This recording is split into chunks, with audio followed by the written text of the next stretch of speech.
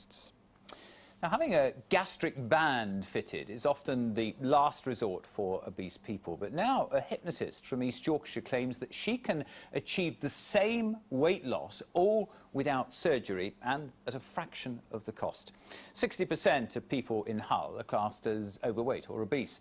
In 2007, that cost the NHS in the city more than £78 million, a bill that's set to rise to nearly £82 million by next year and keep on rising.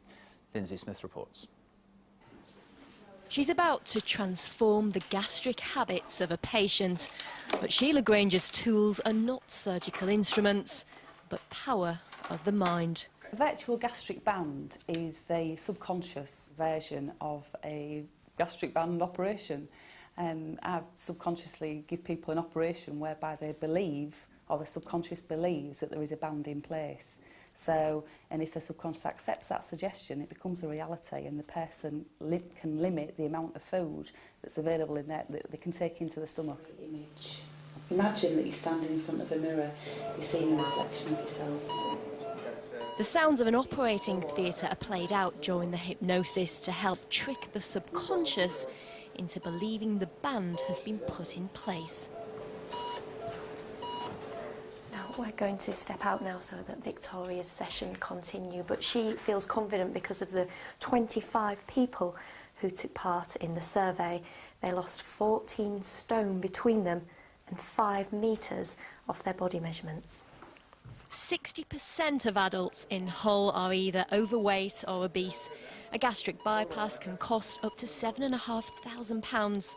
So would NHS managers in Hull consider Sheila's treatment, which costs approximately £200 a person?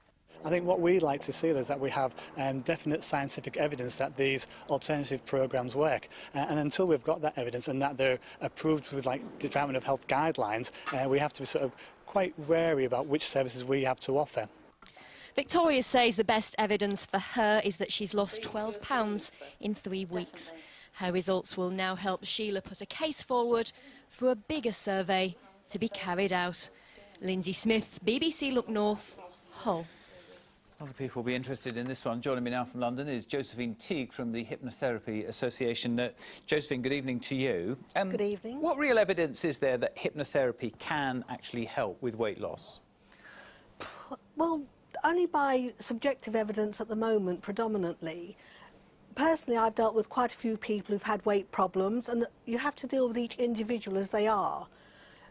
And I think, that's the only way you can go forward. But if we can document it and have people prepared to take part in a trial, that's a wonderful idea. Is it being used anywhere else in the NHS already at the moment? Not that I'm aware of. What do you think of calls for the NHS to invest in hypnosis as a treatment for obesity?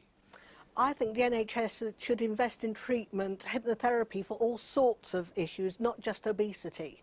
It would save a fortune in the long run. Of course, a lot of people will be very sceptical. They say, well, hypnotherapists, they make money out of this and all the rest of it. They need evidence that it's going to actually work and be worth the investment, don't they?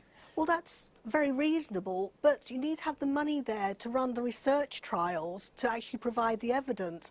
The NHS, if they were to actually invest in a trial, they do it with IBS treatment up in Manchester. And that's worked very, very effectively. So if it works effectively and is encouraged by the NHS, why not adapt it to other things like obesity, like pain, like depression and other situations? And it can't work for everyone, obviously. Not everything works for everybody, but what works for some people will be fantastic, and you have to adjust treatment according to the individual. Very interesting to talk to you. Josephine, thank you very much indeed for joining us from London tonight. That's another story, of course, that you might want to comment on.